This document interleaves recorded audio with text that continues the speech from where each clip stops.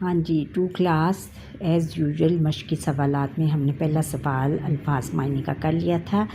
آج دوسرا سوال نظم کے مطابق ہر مصرعے کو پورا کیجیے۔ کیسے نظم کے مطابق ہم نے کیسے کرنا ہے، یہ انہوں نے خالی جگہ چھوڑی ہوئی ہے اور اس خالی جگہ میں ہم نے نظم کے مصرعے پڑھے تھے اس کے مطابق ہم نے ان کو پر کرنا ہے۔ جیسے میری ڈیش ہے تو، میری عزت ہے تو، میری ڈیش ہے تو، میری دولت ہے تو، پھر میری ڈیش ہے تو، میری عظمت ہے تو، میری ڈیش ہے تو، میری جنت ہے تو، یہ وطن ہے ڈیش، یہ وطن ہے میرا، میں ہوں اس پر ڈیش، اس پر فدا، اس پہ رکھے ڈیش خدا اپنی رحمت ڈیش صدا۔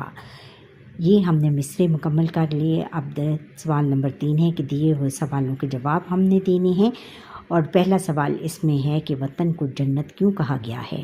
اس کا یہ نمبر جو 1 ہے، ایک مطلب تو یہ ہو سکتا ہے کہ اس کو جنت خوبصورتی کی وجہ سے کہا گیا ہے، اور پھر دوسرا اس کا یہ مطلب ہو سکتا ہے کہ ہمارے ملک پاکستان میں اللہ تعالیٰ نے ہر نعمت سے نوازا ہے، اس لیے اس کو جنت کے مترادف قرار دیا گیا ہے۔